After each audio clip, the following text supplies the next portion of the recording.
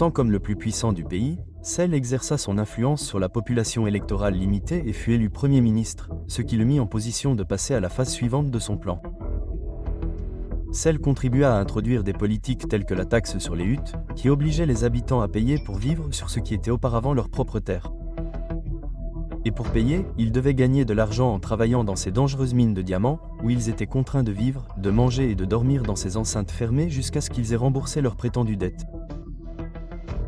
Il rendit même quasiment impossible le vote des citoyens noirs, ce qui provoqua des émeutes et des manifestations constantes qu'il mit fin avec une violence excessive.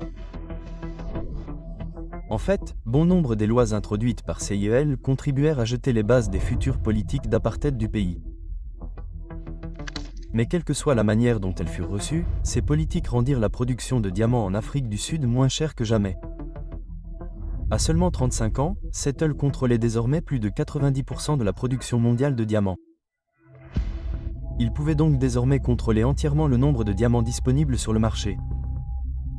Il commença à stocker des diamants, n'en mettant sur le marché qu'une quantité limitée afin de créer l'illusion qu'ils étaient encore rares, car cette rareté artificielle ferait grimper les prix.